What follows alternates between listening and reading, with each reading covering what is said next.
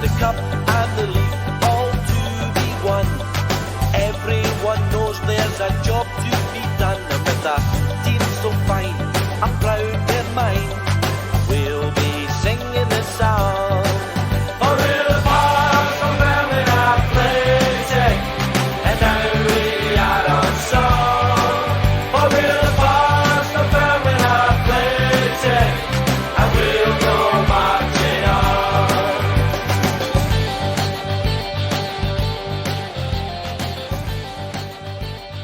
The Dunfermline Athletic Former Players Association podcast is sponsored by Starnut Apparel, affordable and stylish clothing born on the terraces. Visit their website, Instagram, Twitter and Facebook. Welcome to episode 5 of Dunfermline Athletics Former Players Association podcast, Walking Down the Halbeath Road, where we will reminisce about yesteryear and the players who have been lucky enough to wear the famous black and white stripes. I'm your host, Mikey Motkiewicz, and on this episode we speak to a legend from the halcyon days of the 1960s, Harry Melrose. Harry was part of the Jock Stein revolution at East End Park, winning the Scottish Cup in 1961, then playing a vital role in the club's early journeys in European football. Not to mention his 106 goals in 271 appearances, which remains the third highest in the club's history. So sit back, grab a bovril and enjoy this one with Harry Melrose. Morrissey to Harris. Cunningham. What a chance for Melrose. Melrose scores, third goal. Miller rushing across there to jump on him.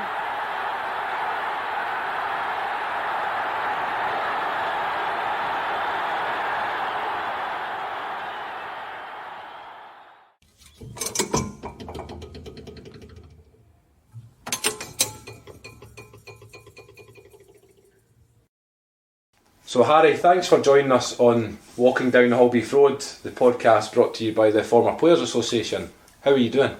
Oh, doing all right. Yeah, for my age, I suppose I'm quite fit. I suppose. So you're looking great. Long may it continue. Brilliant. Well, thanks again for doing the podcast. So we'll start off. You were born in Edinburgh in 1935. So what was childhood like for you, growing up in Edinburgh? Oh, it was great. Edinburgh was a great place to be. I didn't live in the town. I lived in the village of Collington, which was in the outskirts of Edinburgh, actually. So it was actually a tram terminus there. So that's how far out we were, you know. So if you were going into the town, it was the tram all the time, you know. Brilliant. But it was a nice wee village. Had a park for playing the football. I had the woods for houking about and, going bird nesting and such like. And I had the bird and the water leaf ran along it where you could swim at night, and so it was ideal for the kids, for boys especially. And did you always want to be a footballer? Was that kind of your dream? Yes, always. I used to get all the books from the library about Stanley Matthews' life story and Docherty's life story, not the other Docherty, the Irish international. And I'd always never smoked and never drank, you know. I've never smoked in my life. And I didn't start drinking until I was about 27 actually. My wife says I've made up for it since.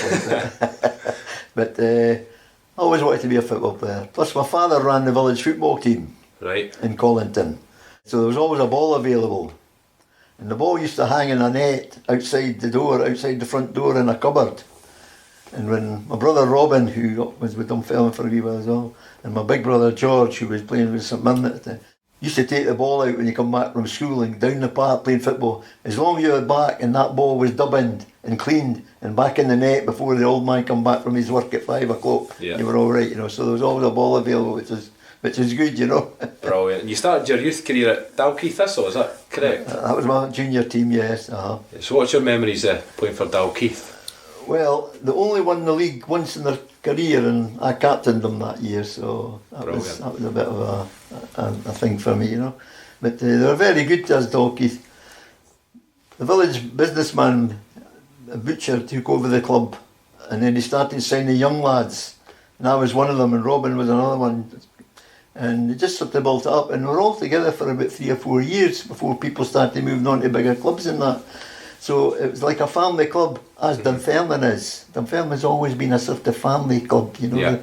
No cliques or anything. Dunfermline's always been a really good family club. So, Dalkeith was great. It was great, aye. Brilliant. You're talking about big clubs here. You then get an opportunity to sign for Glasgow Rangers in 1955. Yeah, well, I'd actually signed for the Hearts before that as a boy. Ah, okay. I signed provisionally for the Hearts. And I went in and played a trial against East Fife. We won 3-0, and then it's another wee story about Collington Village. I'm one of 8, and we only had 3 bedrooms, 2 bedrooms in the house. So my mother and father obviously were in one way, probably the youngest one, or maybe the 2 youngest in beside them in cots and that. And the 3 girls and 4 boys in 2 double beds in the other bedroom. A busy house. Well, as we were getting older, my father and mother bought a put-you-down sofa. You know, it was a sofa during the day, but it was a bed at night, and Robin and I slept in that at night. Wow. So I just started my time in Ferrante as an engineer, my apprenticeship. And my dad used to wake me up in the morning to get up and get the tram car at your work. And this morning he woke me and he said, Harry, he says, Mr. Walker of the Hearts is here to see you. Tommy Walker, the manager. Oh, yeah, proper And I legend. thought, he's just getting me up to my work, kidding me on, you know, because there'd been a bit in the paper, Hearts maybe watching a Dalkeith, Thistle, Melrose and all that. And I thought he was kidding me on, like, and I woke up and there was Tommy Walker. It's about 10:30 at night, heating his backside, the remnants of the fire, you know. And when he saw the setup, he said, look, he says, Mr. Melrose, he says, I think, could you bring Harry down to Tynecastle tomorrow? And so I signed for them. That was in October or something like that, but they freed me at the end of the year. I was too wee. Right. That's what I was told, I was too wee. And it wasn't Tommy Walker that freed me, it was the directors. Hearts were actually on tour in South Africa at the time, Right. when I got word. Now, Tommy Walker, this is a long story, Tommy Walker had a shop just along the road in Dalry Road in Edinburgh. My wife worked in a jeweller's shop, and Tommy had a paint shop about 4 doors along, and they knew each other. And every time he met her, he used to say, I'm very sorry. It wasn't me that freed Harriet. It seemed the directors must have been making up the list at the end and said, I've never seen him. What? 5'6", 8 stone? No, I didn't let him go. Yep. So that was me away from there. So that was a big disappointment because my father was the raw Jambos of our family. I was going to ask that. Did you grow up a Jambo? Oh, aye. Was that your team as a boy? Everybody in his family, my uncle in New Zealand at his funeral and played the Heart song at the end of it. You know? Unreal. And my Uncle Harry down at Morrison, when he died, played the Heart song there as well. And Uncle Harry was actually a doorman at Tynecastle for a wee while, looking after one of the, Wow. you know, so raw Jambos, aye. Brilliant. So after that, you obviously got the opportunity to go to Rangers. How did that come about? Well, as I say, the trainer at Dalkeith, they got a boy called Bob Macaulay, who had been a stalwart at the Ibrox for 5 or 6 years left back. He took over as the coach at Dalkeith, which probably helped us, you know. And 3 of us went through one night to play in a reserve game for the Rangers, and must have done no bad because they asked me to come back and sign. So I signed provisionally, but because Dalkeith Thistle were still in the Scottish Cup, I don't know if you know the rule, but as long as you're in the Scottish Cup, they can't call you up. Right. And we came across and played Glencraig Colliery and got beat. We're unbeaten. We're unbeaten for about 19 games. We came across here in the Scottish Cup. They beat us on that ploughed field up there at Glencraig. So I got called up to the Rangers then. What a feeling it must have been Oh, getting the tremendous. opportunity to go to Rangers. It was actually too big for me, you know. Coming from the east, you didn't know half of it. I'm talking about the Rangers Celtic thing and that. You know, there was always a thing about Glasgow and I couldn't understand how some of them in the Bath were talking the way they were talking about people, you know, and I thought, my goodness me, you know, so it was just too much for me really, I think. But I only got 1 game in the first team, and it was because of the Asian flu, otherwise I would never have played. And it hit Glasgow before it hit Edinburgh, and a lot of the Glasgow boys were down. Right. And we were playing Brechin City in the semi-final of the League Cup. I don't know how Brechin City got there, but they got there anyway. We played them at Hampden and we won 4-0 and I scored 2 goals. So for the next 3 Tuesday nights, I was only part-time, mind, I was still preserving my time. I was through there on a Tuesday night for training. For the next 3 nights, I was up the state to Scott Simon's office. We want you to go full-time. Well, in these days, when you were 19 and 20, you did what your father told you. And I was still serving my time. So I said, I'll speak to my dad when I get home. That was the first night. Second night I went up, have you spoken to your dad? Yes, he thinks he wants me to stay and serve my time, you know. Oh, so the next week, again, up. Well, I refused again. I said, no, I'm not going full time. I was freed at the end of the year. I hardly played another game. Just said, they must have said, well, just get up. You know. What names were at Rangers when you were there? Oh, well, Jimmy Miller was one of them, by the way. Yeah. Ralphie Brand was there, Ralphie. Billy Stevenson, Ian McCall, Georgie Niven, Bobby Shearer, Caldo, Davy Wilson. Proper legends, they're all there. Ibrox. Aye, they're all there. Right. But a lot of them had Asian flu, as I say. Yeah. And myself and the boy for Greensmouth, Tommy Robertson, he made his debut that night. And we, Davy Wilson, made his debut that day. Luckily, it was Brechin City, you know, where she'd have beat them anyway, you know. But still scored 2 goals, and he wanted me to go full time. I was there. Yeah. Nah, and then My father wouldn't let me. you get the opportunity. The 5th of May 1958, the Dunfermline manager Andy Dixon signed you. What's your memories of signing Dunfermline? Was that quite an easy decision for you at the time? It was an easy decision because they tried to sign me before, and Jimmy McConville told me the story that they signed Robin thinking it would make it easier for me to go there. But then of course I went to the Rangers instead. But anyway, they came along and it was suiting me better because it was nearer hand. I'd just been married. I was just getting married actually in the June, and this was the May like before. Yeah. So it was a lot handier. Plus I was doing very well at Ferrantes, and I was at night school, taking my higher national and things like that. So it was ideal just to be part-time with that. With a club that had just been promoted. Yeah. I just got promotion that year, you know, so I came. What was Dunfermline like at that time as a club? Well, I didn't have a stand. I had just the cowshed, they called it, you know, along the front. A small club, to be honest. It was a small town club, wasn't it? Yeah. The thing that made the difference was Jock Stein arriving, obviously. Yeah. Which we'll touch on. They got a few quid with the cup final, the next thing a stand goes up. Of course. Sell Cammy Fraser to Aston Villa, more money. Just everything improved 100%, you know. Very quickly as well. Oh, yeah. Your first season, according to our research, you were the highest scoring winger in Scotland with 28 goals. Is there any goals that stand out for you that you can remember? Was that the season I scored the 6? That was the season before. Oh, the season before, aye. Yeah. I didn't really remember. It's that long ago, isn't it? There's that many goals. Aye. Okay, I've always been a goal scorer, didn't matter where it was. I mean, I started playing under 15 when I was 12-year-old. Right. And I was playing under 17 when I was 14-year-old. I was playing under 21 when I was 17-year-old. So, but I was always scoring goals. I could always score goals. And I think it was just the fact that Robin and I, after school, every day we'd go down the park and he would cross the ball from the right and I would header it or score at the goal. And then I would go, you know, and we worked at it. We really worked at it. And we really deserved to go on, to be honest. But I was always a goal scorer. I don't know. Brilliant. The following season, Harry, 59-60, the club were in a relegation battle. Oh, aye. It was really tough. You set the record, the club record, scoring 6 goals in a 10-1 win over Partick Thistle. Do you still remember that game? Aye, oh, aye, but I never got the ball. See, when the referee took the ball, Souvenir, I should have got it, but 2 of them were penalties, to be honest, you know. It was just too easy. I don't know what happened in that game, but It's a freak game. I don't know. I think there was maybe a bit of pokery in it, to be honest. We'll take a 10-1 win. Aye. Oh, But yeah. that season, 14th of March 1960, the man you mentioned earlier, Jock Stein, arrives, and the club recorded 6 straight wins, including a 3-2 win over Celtic. What was it like when Jock Stein arrived at the club? Was there an immediate change? Oh, yeah. Just night and day. Night and day. Professionalism. Things like that. Jock was an imposing person. I mean, you could be it didn't matter what you were doing in the dressing room. If Big Jock walked in, there was a hush. Oh, here's the big man, you know. He's the boss, you know. And they just took over. And I don't know, I think I've maybe told you the story before about when we were to play Everton. And this day, a couple of days before it, he just walked in with this paper cutting and put it up on the notice board.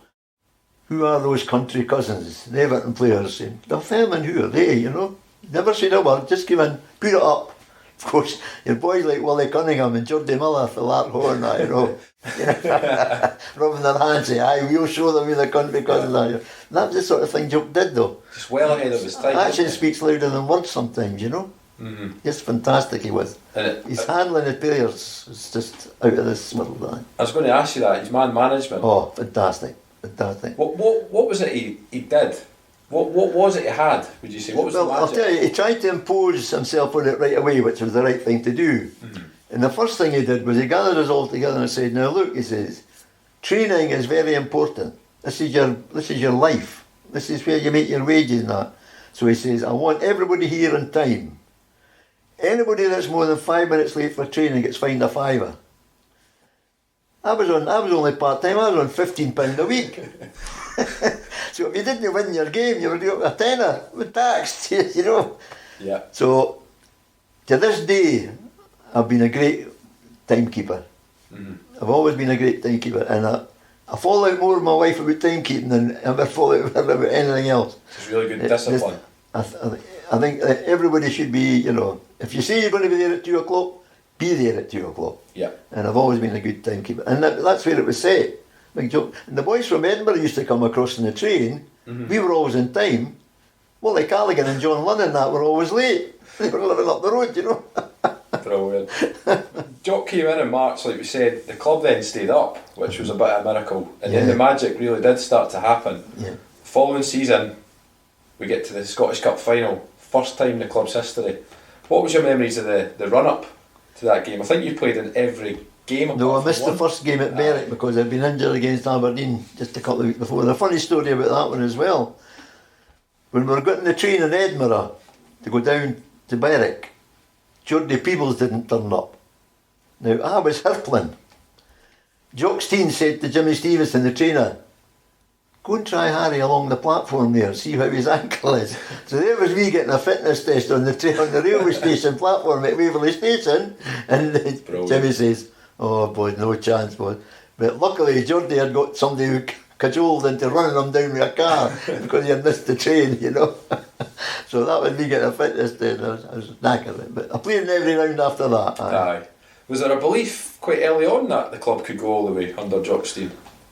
I don't think so until we started to win the games that, oh, yeah, Christ, you're doing quite well here, you know, and the belief just built up. Yeah. You know, Jock was an unknown, really, you know. I mean, he was only in charge of Celtic's second team, so we didn't really know him. It wasn't as if he'd been a big name in the football and that, you know, but as he steadily built up, the players started to believe, phew, this is the bee's knees, this guy, you know. This guy's going to do something for us. Yeah. And of course he made some astute signings. I mean, the first thing he did was he went out and signed Willie Cunningham. The second thing he did was he signed wee Tommy McDonald. The club needed experience. Yeah. And that's what he did. Brilliant. And then what's your memories of the final? Obviously it was a draw the first game. And they went to a replay. Tiring. Very tiring. Celtic really were dominant, to be honest, and if it hadn't been for Eddie Connican, I don't think it would have been in the replay, to be honest. He just made some fantastic saves. The funny thing was Eddie was a Celtic stalwart. He was just Celtic daft. And often surprised me why Celtic maybe didn't come and sign him after that, to be honest. He actually put the shutters up. Some of his saves were phenomenal. And we were up against it most of the game. And Willie Fernie caused a lot of bother in the first game. You know, Willie was a really good player, Willie. And another bit of Jock Stein magic. As you know, Jackie Williamson got hurt. Yeah. So he had to make a decision. What will I do? I know what I'll do, he says. Now, John Sweeney wouldn't have been figuring at all because since Willie Cunningham came, John had lost his place at left back. But John was always very fit. So he put Geordie Miller to centre half and brought in John and just said to John, I don't care if you never kick a ball, he says. Don't let Willie Fernie kick a ball. Brilliant. So that was he tied down Willie Fernie, and I think that's what made the difference in the second leg, you know. Yeah. Just a touch of genius again. Genius again, reading the game. Yeah. He must have said after the first game, if we could tie down Willie Fernie, we'd have a chance, you know. And this is what he did. And he put John on, and John hadn't been figuring at all. And as I say, since Big Willie came, just He knew that John was fit, very fit. He knew that he could probably run all day, and he did. With Willie Fernie, Willie hardly did anything, you know. Brilliant. So within a year, the club go from a relegation battle to lifting the Scottish Cup. Unbelievable. What a feeling that must have been. Unbelievable, aye, unbelievable. And what's your memories of coming back to Dunfermline with the bus down the high street? And unbelievable. I couldn't believe it. You know, you read about it, you know. I mean, when the Hearts won the League Cup in 1954 or something, I was courting Betty at the time, and we were in Edinburgh there.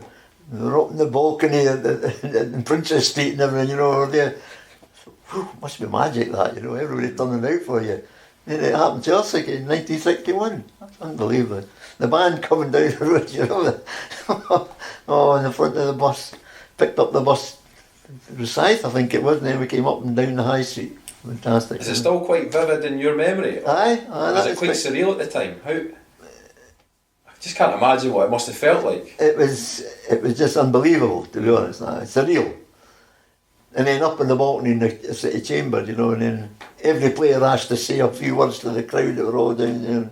I always remember in the bus coming round over Kincardine Bridge. Now, I don't know if you know, you turn towards Dunfermline, there's a row of cottages there, maybe 5 or 6 wee cottages. Outside these cottages were these old wifeys and their men, the wifeys with their dressing gowns on and their hair and their curlers and that cheering Dunfermline on. They must have known the bus was coming, you know, and it was just like that all the way in and then right down the high street. It was fantastic. Tremendous. Fantastic feeling. Do you still look at that balcony now if you're not? Aye, when you're down the town, you say, well, there you are, you see, it's still there. Still remember it. Aye, it didn't collapse, it was all on it. We're all on it. Amazing. So like we say, the club's starting to really take off by this point, and we get European football the following season. The first game's against St Pat's on the 12th of September, 61. That was a funny one because we knew that the draw was on this day, and we knew that we'd probably hear about 12 o'clock. So nowadays they're individual showers, but in those days it was a big bath, you know, a communal bath. Yeah. And we're all sitting in the bath saying, I wonder if it'll be France or Germany or Austria or something, you know. And a big Jock come in and says, right boys, he says, the draw for the first round of the cup. St Patrick's Athletic in Ireland. Everybody just disappeared under the water, you know. What a letdown sort of thing, you know. Yeah. There'll be plenty more trips to come though. Oh, aye. And you scored the first ever goal for the club in European football. First goal that day, aye. We won 4-1. Won 4-1, aye. Brilliant. Again, what a dream that must have been. European football. European football, you know. God. That was still only part-time. You know, in the cup final there was only John Sweeney and I were part-time. Well, Ronnie was supposed to be part-time, he had his own business, he was virtually a full-time, you know, but just a part-time player, you know, still working as an engineer, you know, going 3 nights to night school and 2 nights training. Unbelievable, yeah. Unbelievable. So you mentioned a few players. Who were the players that were at the club at that time? For the cup final? Aye, round about then in the first season in Europe. Eddie Connican, obviously. Me, Cammy Fraser, who was immediately away to Aston Villa along Big Wally Cunningham. Wally was one of these guys that I used to play outside left and he was left back. He kept me going, I'm telling you. I thought I was tired sometimes. Then Big Wally said, "Hey, Harry!" Your legs just automatically started running again, you know. He was a bully boy on the park, got everybody going. Fantastic captain, aye. Did you know he was going to move into management? Did he have? I thought he would. Aye, yeah. He was a leader. Yeah. He was a leader, aye. Then of course you had Ronnie Mailer, who'd been there. Must have been a dream for Ronnie. Ronnie had been there since about 1955 or something, hadn't he? Yeah.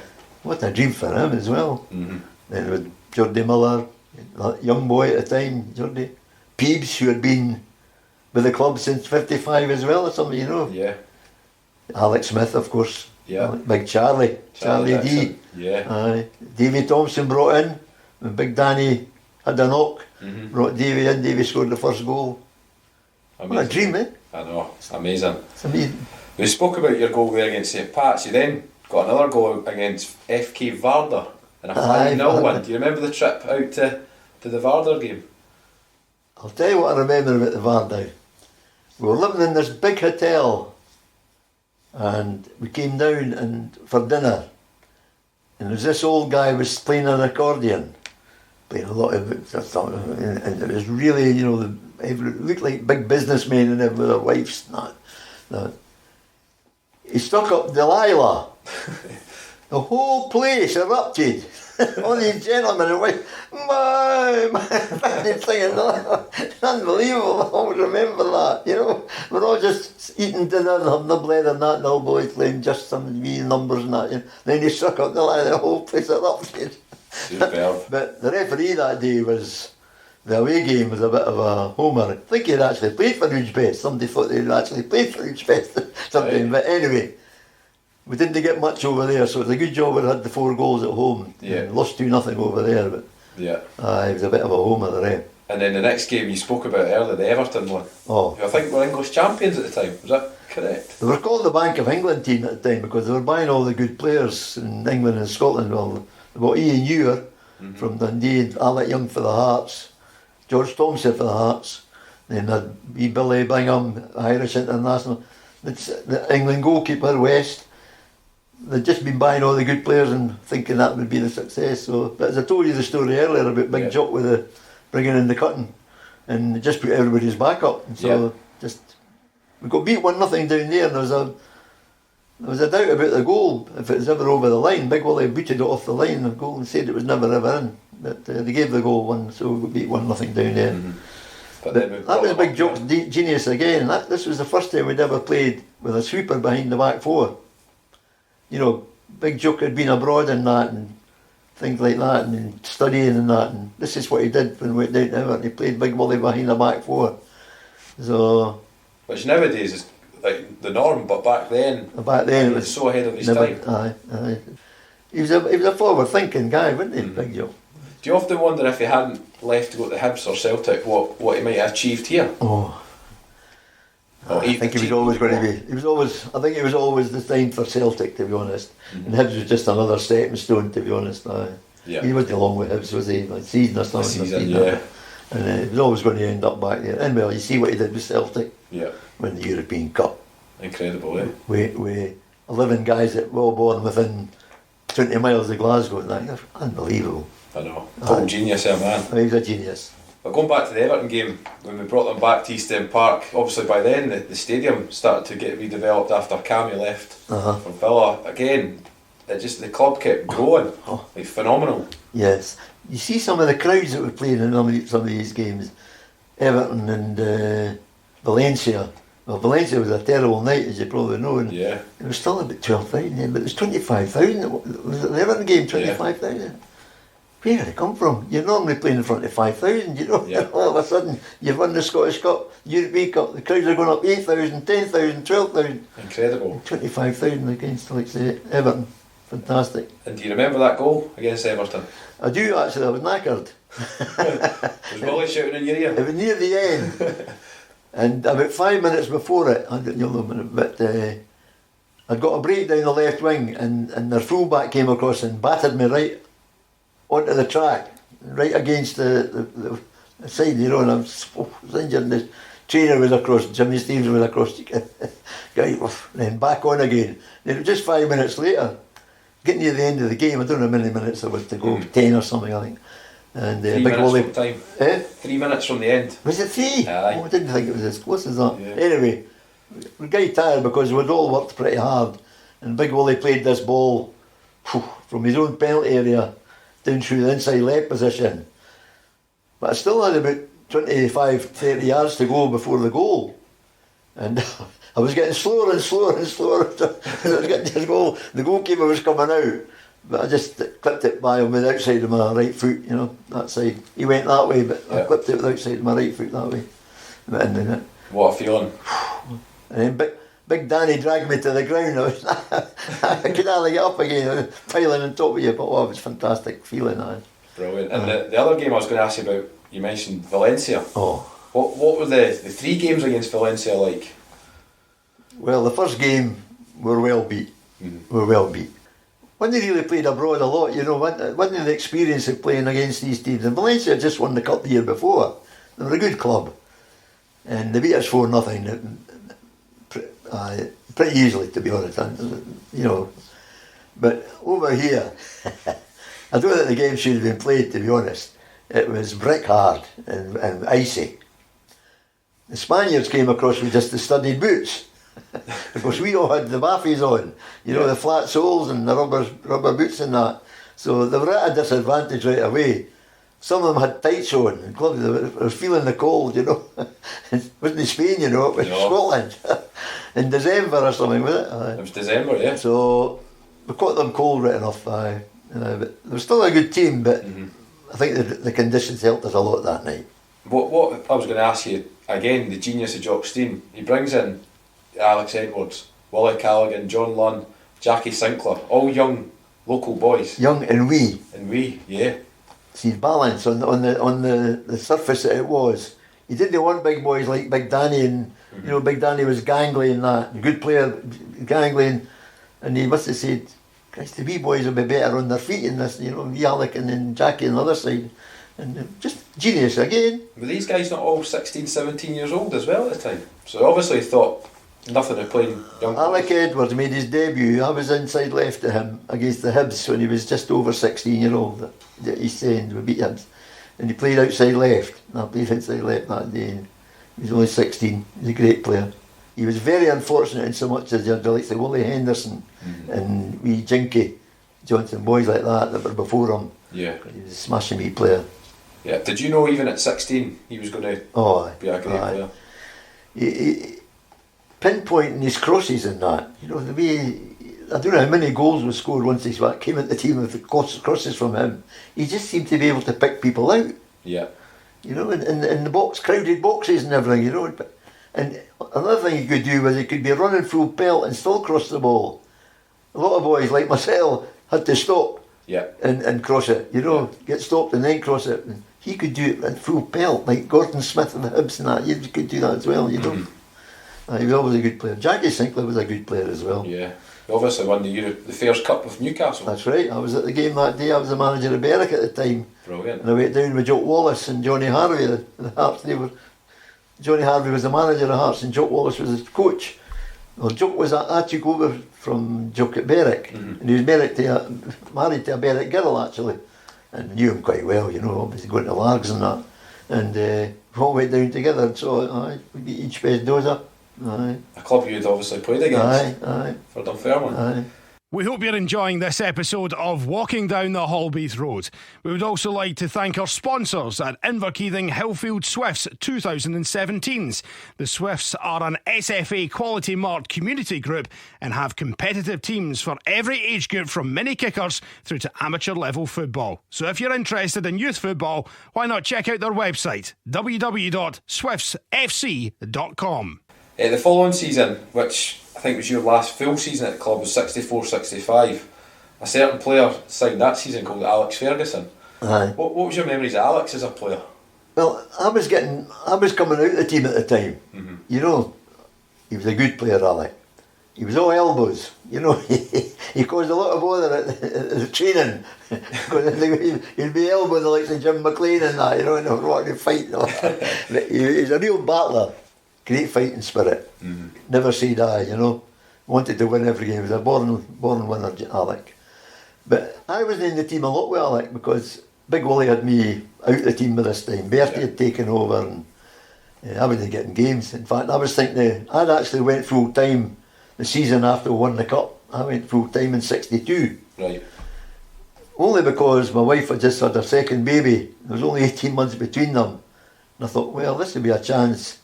Maybe give myself another couple of years at the football and help around a bit.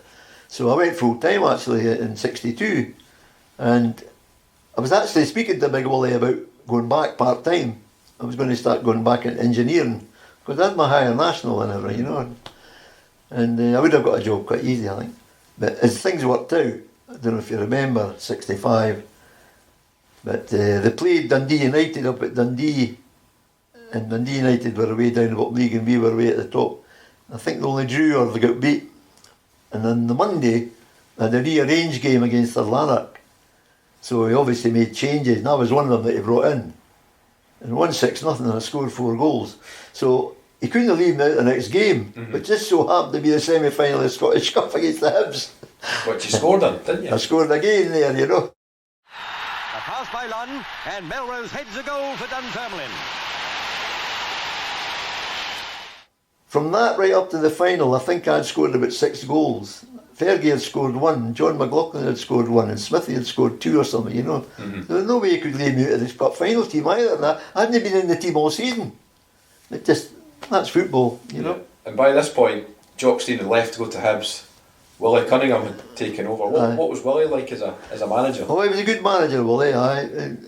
I could say he was a bad manager because he dropped me, but I still got about 2 seasons out of him before he started making changes. And I was getting older, to be honest, you know. I mean, 65 when they played in the cup final, I was 30-year-old.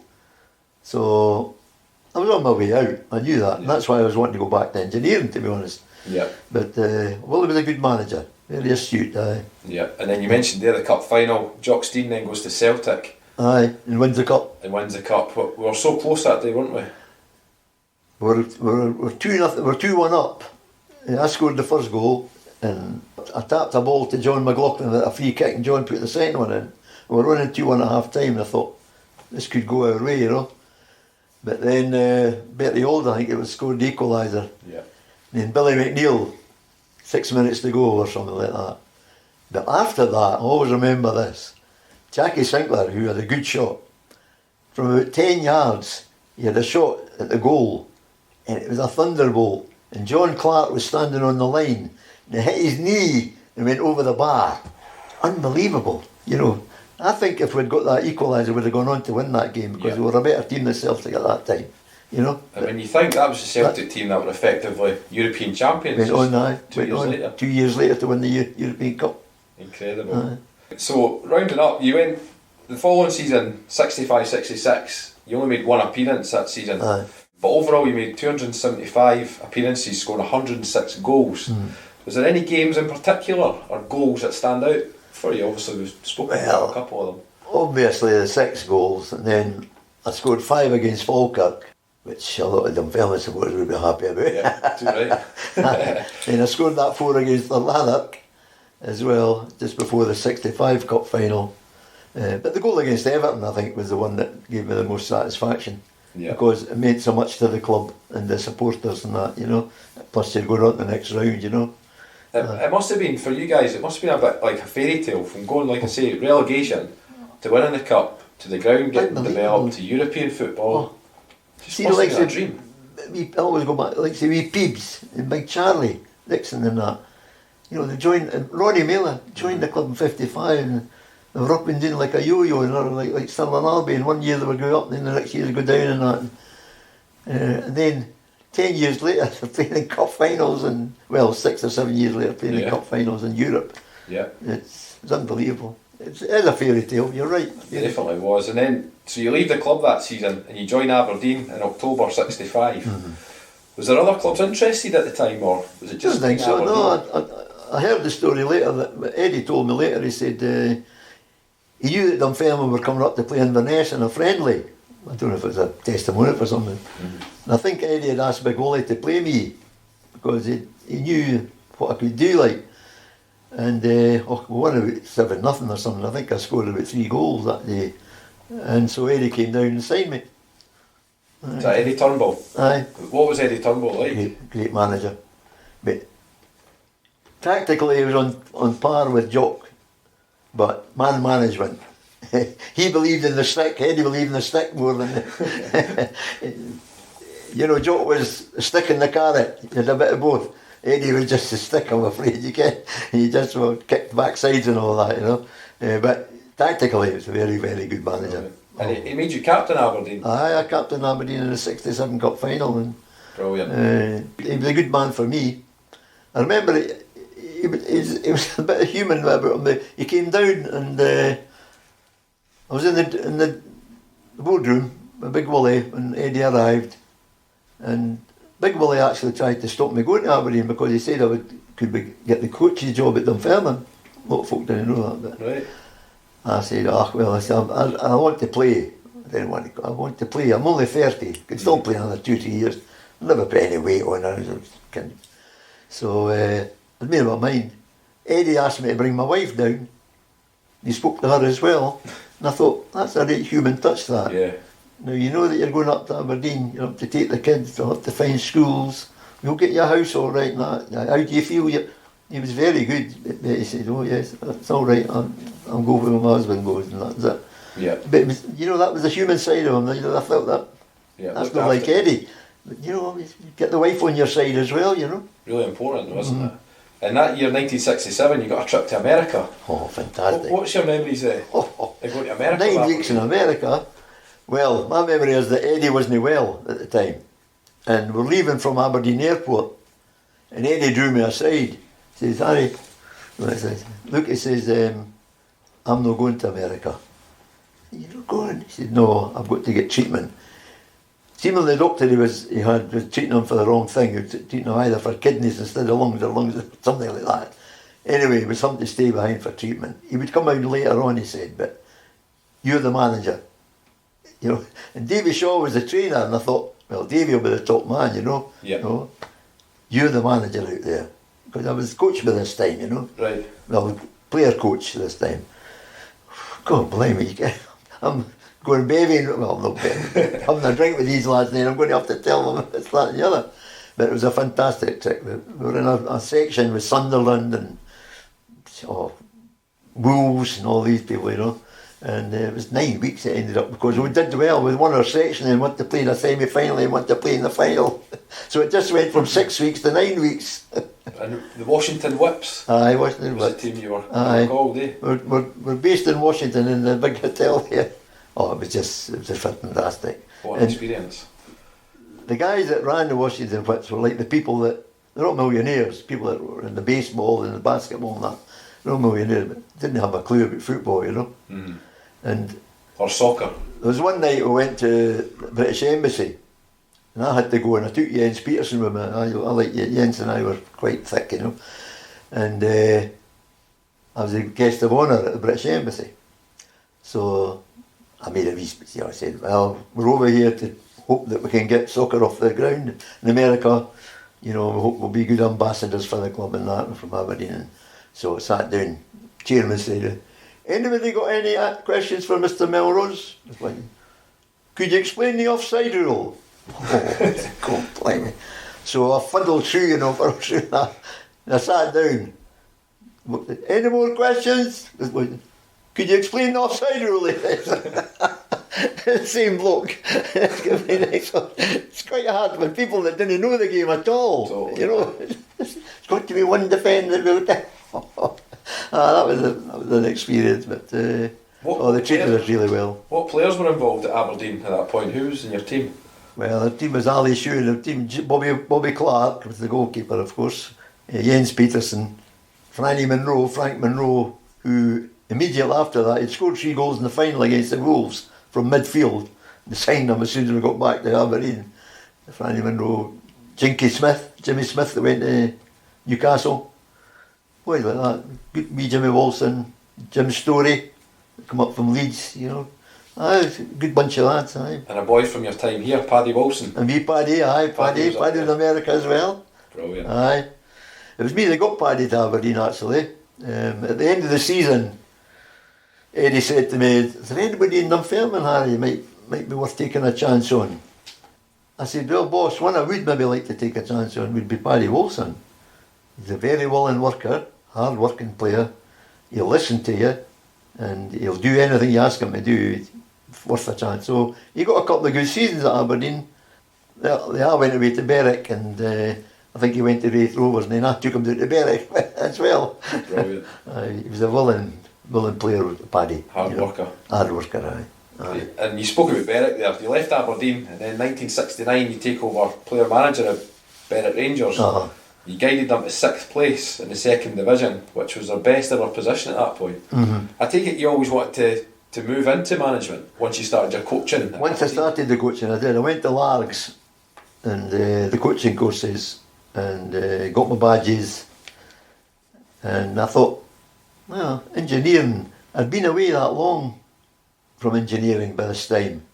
The engineering, great strides in engineering at that time, and I think if I'd gone back in, I'd maybe struggled a wee bit, but maybe a wee while, but I wasn't really looking forward to being sitting at a desk after being full-time football player, coach, manager at Berwick, things like that. So I said, well, I think I could do it. So out of the blue, of course, I got the phone call to come up and interview for Dunfermline. Yeah. It was unbelievable. I had actually the chance to go to Hibs as a coach under Willie McFarlane, but I didn't fancy that job, you know. Yeah. It was a main going back to Edinburgh right enough, but just didn't fancy the job, you know. Did you find it hard going from being a player in the dressing room to then having to be the manager? Yes, it could be hard, but it depended on the quality of the players that you had.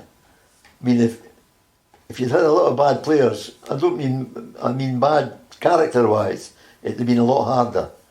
But if you've got a good bunch of lads, they realise the job you've got to do, and it's been done before with people that have gone from player right into the management at the same club. And as I say, it all just depends on the makeup of the players, the character of the players, rather than the ability. You know, if they're human and no idiots. Yeah, you touched on it there, Harry. You got the opportunity to then go back to Dunfermline when George Miller resigned in September '75. I take it that was an easy decision for you to go back. Unbelievable. I couldn't get up quick enough to get an interview. So it was Jimmy Thompson actually phoned me. Jimmy and I were always very friendly here. You know, we were on holiday together with the kids and all that. Jimmy and I were always very close. And Jimmy phoned me and says, Harry, he says, I've been asked by, Jimmy was the coach at this time in the second team.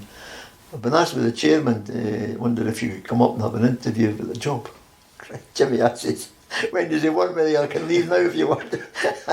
I says, the board meeting's Monday night, could you come up Monday? I said, I'll be up Monday. And then they gave me the job. And did you get a shock at that time? I did, but I was lucky because we'd played Dunfermline just a few weeks before, or a few months, in the League Cup, I think it was. And we beat them at East End. And Willie Callaghan scored for about 25 yards with his left foot. So it really was a lead letter day, you know. And we had to beat them. And whether that helped to make up their mind, said, oh God, this boy must have something, you know. Yeah. Was it a tough time at Dunfermline at that point? So obviously the club had then started to decline. They went down, actually. They were on their way down, and I couldn't have saved them, to be honest. And of course the next 2 seasons I finished third and third. It was the first 2 went up, and I finished third and third. And I said to my wife, like I said, if I don't make it this year, even if they didn't sack me, I've had enough, like, you know. I've given it my best. So luckily we got up in the third season. May 79. Falkirk game. Aye, Falkirk, imagine Falkirk. And losing the first goal. John Perry, aye. So say, what's your memories of that day? Well, the worst thing was getting John Salton injured. He got injured after about 15 minutes and had to come off. God, I mean, he was a stalwart, you know. So we moved Bobby Robertson to right back, and from right back to him, and anyway, made me shuffle up, and losing the first goal was a bit of a thing. But at half time, just had to tell him, just keep playing, because we could play good football at the time. You know, Sandy McNaughton, big Mike up front, you know, Leonard, boys like that, Jim Bowie, with good players, you know, Kenny Thompson. Good players, so I think we deserve to get up, to be honest. You know, we did it 3 years, so we deserve to get up. We tried 3 times and made it 3rd time lucky. What was your memories? You've mentioned loads of club legends there. You brought all these guys to the club, and a lot of these guys were at the club for a long time as well. Aye, Hughie White signed Hughie for the Hibs. I remember going across to his digs in Edinburgh. I was at university, his dig to sign him. Jim Bowie, Jim was a good player. What a smashing player he was. Another one that could cross the ball on the run. Didn't have to stop, bring it back to his other foot and cross it and that. He was a great player, Jim. Yeah. Sandy McNaughton was the best signing we made. Made a smashing story about that. We decided at the board meeting, I said I wanted to sign Sandy McNaughton. And they said, well, with no money at the time, as you know, the club were in a bad way. And they decided after a lot of heated discussion that if you'll come for £5,000, do the deal. Right, so the chairman and I, John Yellowlead up there, went away through to their board meeting on the Monday night or something, you know. So we got through there now. The chairman said to me on the way through, now remember, Harry, 5,000, that's it, 5,000. So we went through. So we went in, right, come in, gentlemen. The Humphreys had their wee meeting and we were invited in. Dear chairman said, well, I think that if you went to 6,000, the deal would go ahead. Doc Kelly. Done. Done. After all this stressing about this £5,000, so I don't know if he took the £1,000 out of his own pocket or what. I don't know, but It was a shrewd signing though. Oh, good signing. What a player he was for us. top scorer for the next 3 seasons. Aye. And Mick Leonard was some of the other. Yeah. You know, Mick was recommended by Roy Barry. You know, you'll maybe not remember the time, but No. Roy had got his daughters at East Fife on the Thursday night or something. He phoned me on the Friday night. He phoned me on the Friday night. He says, Harry, he says, I'm supposed to have a guy coming over from Sligo to play a trial for me, he says. He's not a bad player, he says. I just wonder if you maybe want to use him, you know. Well, at the time, we were always looking for somebody up front, you know. We didn't have Sandy by this time. I says, aye, what's his background? He says, Mike Leonard, he comes from Glasgow actually, but he's been playing for Sligo Rovers and he wants back home. He says, his reports are good, like. I said, I'll give him a game. Never looked back, you know. Just signed him right after the game. Brilliant. Aye, it was Roy. Roy. Roy phoned me. Aye, Roy says, we've got a guy coming over. Amazing. Another name you mentioned, John Salton. Oh, fantastic. Great player for you. Oh.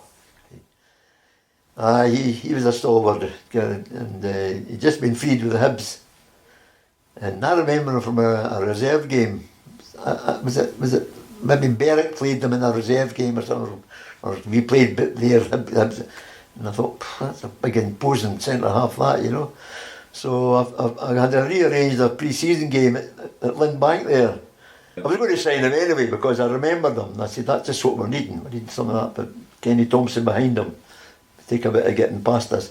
But signed Bobby Robertson, who just, you know, junior to senior and just took it in his stride, you know. Yeah. John was brilliant. John was brilliant.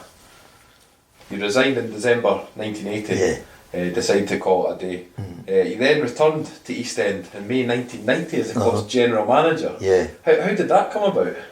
Well, as I say, Mel Rennie, I was always very friendly with Mel. And I think he must have remembered once, I was kidding him on, I says, I think I've only to be the secretary now or a director now at Dunfermline. I've done everything else. I've played, I've managed, you know, I've been a general manager. Well, I could be the secretary, I think, if Jimmy McConville packs in. And I don't know if he must have remembered this because I got a phone call from him and said, Harry, it's Mel Rennie here. Oh, hello Mr. Rennie, how you doing? All right. He says, could you come down to the house? I lived in Took at the time, he lived in Garwick Hill. And he says, come down to the house for a wee blather. I said, aye. So I didn't know what the hell's he on weekends. That's what it was. Remember the previous guy had just died, Kyle. Yeah. Can't remember Jack his first Kyle, name. maybe? Jack Kyle, aye. Jack had died and so I said, oh, that'll do me. I was working for Enco at the time. Yeah. A rep, which was a good job as well. Took car, you know, and I was going to places like Fitbo Daft, kind of right along to Glasgow, well, the outskirts of Glasgow, Falkirk, you know, Airdrie, Coatbridge, places like that. Where as soon as you gave them their ticket, Harry Melrose, are you the wee bastard that scored against us against Celtic in '65? You know, things like that, and you were getting. It was an easy job, you know, because they were all football orientated, the people you're going to talk to, you know. So it was a quite hard decision then to. Aye, it really was, because as I say, I had this car and all that, you know. But I got that with the club as well. But that was great. It was a great opportunity again to come back to East End, you know. A totally different job. You'd be dealing with the stadium, the staff, press. The first job I had was, as soon as they knew it was me, I got a phone call, a girl. I want you to sort out these toilets on the far side of the park, she says. Every time you go in, there's no toilet rolls left. I said, all right, thank you, I'll sort it out. Aye, the previous guy said he would sort it out as well, he said. So that was it. That was the start. And then the next thing things have changed, Harry, to be honest. No. And then the next thing, the police arrive and wanted you to pick up all the wee stones in the ground. It could be used as a missile, you know, and all. So it was a totally, you know, I said, God, blimey, what will I let myself in for, you know, but it was fantastic, aye. Totally different from football management. Aye. I take it when you resigned in 1980, did you have opportunities to stay in football as a manager, or were you... No, really not. Aye, well, I had a couple of the year clubs approach me, but I didn't really want to be in that division again, to be honest, after being at Dunfermline. I wasn't really, football was beginning to... I was enjoying my job at Enco, to be honest. It was great. No worries. You got your home at night and that's it. Whereas with the football, well, it's 24 hours a day, you know. You can get a phone call at 10 o'clock at night or something. Some players saying, I can't play Saturday, boss, I've got the cold or something, you know. And so it's totally different. How do you think you would cope in football nowadays with obviously social media, mobile phones? Exactly. You've hit it right on the head, the social media. How these people can put up with that, managers getting shirked on the... it's not fair, you know, it's not right. No. They're always idiots, you know. Yeah. No, I wouldn't be able to handle that. It's even worse now, isn't No. it? And the pressure must be even greater. Oh! Managers don't last in jobs now, do they? Oh, it's no job at all nowadays. No. No, I'm glad I'm knowing that. I'm glad I'm knowing that nowadays. It was good at the time when I was in it because there was less pressure. Yeah. In Berwick, there wasn't a lot of pressure at Berwick. Dunfermline, there was more pressure at Dunfermline, knowing what they had been and what they were when I did come. Yeah. You know, and I said to my wife, I said, right, I'm going to try and get them up into that division, at least get them up one division, give it a go for a few years and see what happens. Well, as I say, we got them up, but then 2 seasons later, we jot us out the door. Yeah. One thing I was going to highlight, you scored 106 goals in 271 appearances. You're the third highest goal scorer in the club history, behind Charlie D and Bobby Skinner. Bobby Skinner was the one I think that beat both of us, didn't he? Yeah, Did he score more than Charlie? I think he did, yeah. Aye, just... He's done okay, I think somebody did tell me before I was second top post-war. Yeah. Is that the First World War or the Second World War? I used to say to them. Aye. As I say, I was always a goal scorer, you know. I wasn't the greatest player in the world in that. I wasn't a flying merchant or anything. I just could score goals. Brilliant. Aye. One thing we like to ask our guests is a top 5. So from your time at Dunfermline, so the most memorable game you played in. You could pick one game. Well, the cup final, obviously. Yeah. Replay winning the cup. And second would be the Everton game. Yeah. Scoring the winner with a few minutes to go. Putting the club up there. And who was your best mate during your time at the club? Jimmy Thompson. Jimmy T, aye. Brilliant. The best player you played against, would you say? Willie Hamilton at Dundee, the right back. Couldn't get past him. I remember one game, we were playing Dundee, I think it was at East End in fact, and 2 or 3 times in the first half I tried to take Hamilton on, took the ball off me, you know. Again, big joke. Come in at half time, he says, Harry, he says, why are you persisting? And that man's got you in his pocket, he says. He's taking the ball off you all the time. Of course your head just goes, woof. Yeah. Then he says, you're probably the best long distance passer in the club, he says, so use your strengths. See, 1 minute you like that, then he says you're the best passer. Yeah. Probably wasn't he? But he said, look, you're probably the best long distance passer at the club. Use your strengths. You know, you're 1 minute, that's just joke again. Yep. Psychology. Man management again. Man management, fantastic. Aye. But Willie was hard to beat. Brilliant. What was your favourite stadium to play in? Tynecastle. Yeah. Because all my brothers and my uncles and all that were there. The see us getting beat. Brilliant. And your favourite memory from your time? If you could pick one memory. Well, this might surprise you. But my mother only saw me ever playing football once. And it was, I didn't know, but I got 2 caps for Junior Scotland when I was with Dalkeith. And the second one was at Falkirk against Southern Ireland.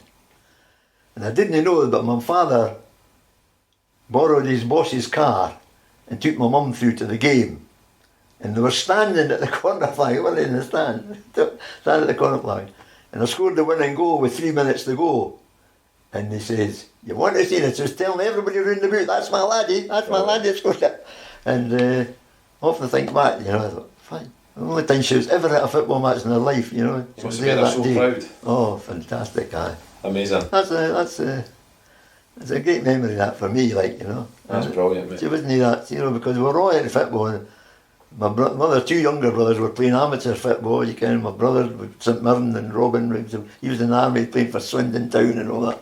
Mm-hmm. But aye, that's one memory that I like. Brilliant, Harry. And I didn't know till I came home at night. You know, I came home at night and my father said, by the way, that was a good goal you scored. Aye. Your mum thought it was a great goal, he says. Oh, aye, she was there. Was she? Aye, she said she wanted to go. Said, oh. Brilliant. Aye, so that was a fantastic memory for me, aye. Superb, Harry. Well, thanks again for your time. No It's been problem absolutely at all. amazing listening to your stories. Aye, I've enjoyed the chat actually, Mike, yeah. Good man. Good memories. Yeah. Well, thanks again. Thank you. Thank you for listening. Remember to subscribe to this podcast, which is available on all popular platforms such as Apple iTunes, Amazon Music, Spotify and Google Podcasts. Thanks to our guest Harry Melrose on this episode of Walking Down the Halbeath Road. This podcast was produced by Jan Motkiewicz and music supplied by Stuart Dusty Miller. We look forward to speaking to another former player in the next episode. Thank you.